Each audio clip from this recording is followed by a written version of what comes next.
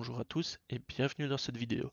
Aujourd'hui, on va s'intéresser au Capital Asset Pricing Model, ou en français, le modèle d'évaluation des actifs financiers. Donc, à quoi sert ce modèle? Ce modèle nous permet d'estimer la rentabilité attendue par les actionnaires en fonction du risque systémique du marché. Donc, par le marché, on peut attendre un indice comme le S&P 500 par exemple. Alors, on voit que la rentabilité exigée par les actionnaires peut se noter R de A ou K.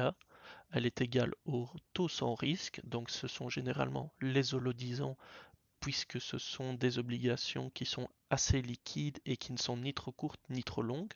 Donc à défaut, l'État il peut toujours faire un roulement de sa dette. Ensuite, on a le bêta et on a la prime de risque. Donc en français, ça se lit le rendement attendu des investisseurs est égal au bêta fois la prime de risque plus le taux sans risque. Pour rappel, notre indice de référence, donc ici en l'occurrence le S&P 500, on estime qu'il a un bêta équivalent à 1. Mais l'actif qu'on cherchait à évaluer, il est possible qu'il ait un bêta supérieur à 1 ou inférieur à 1. Donc s'il est inférieur à 1, ça veut dire qu'il est un petit peu moins risqué, mais s'il est supérieur à 1, ça veut dire qu'il est un petit peu plus risqué. Donc c'est ce que traduit les différentes courbes que vous voyez.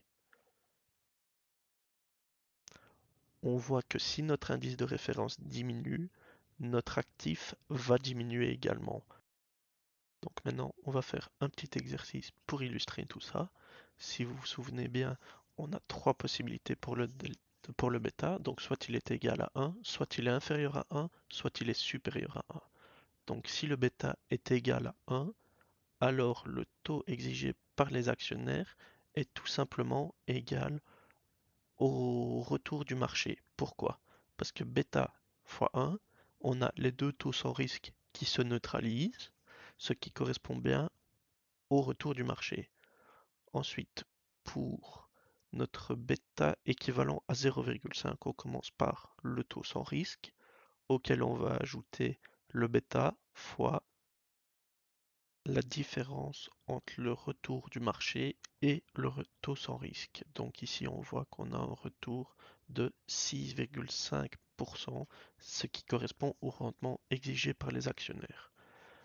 Donc maintenant, on va effectuer la même opération,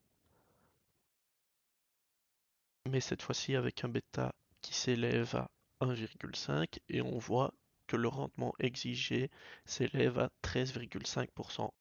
En d'autres termes, plus notre bêta est élevé, plus le rendement exigé par les actionnaires est important, ce qui est logique.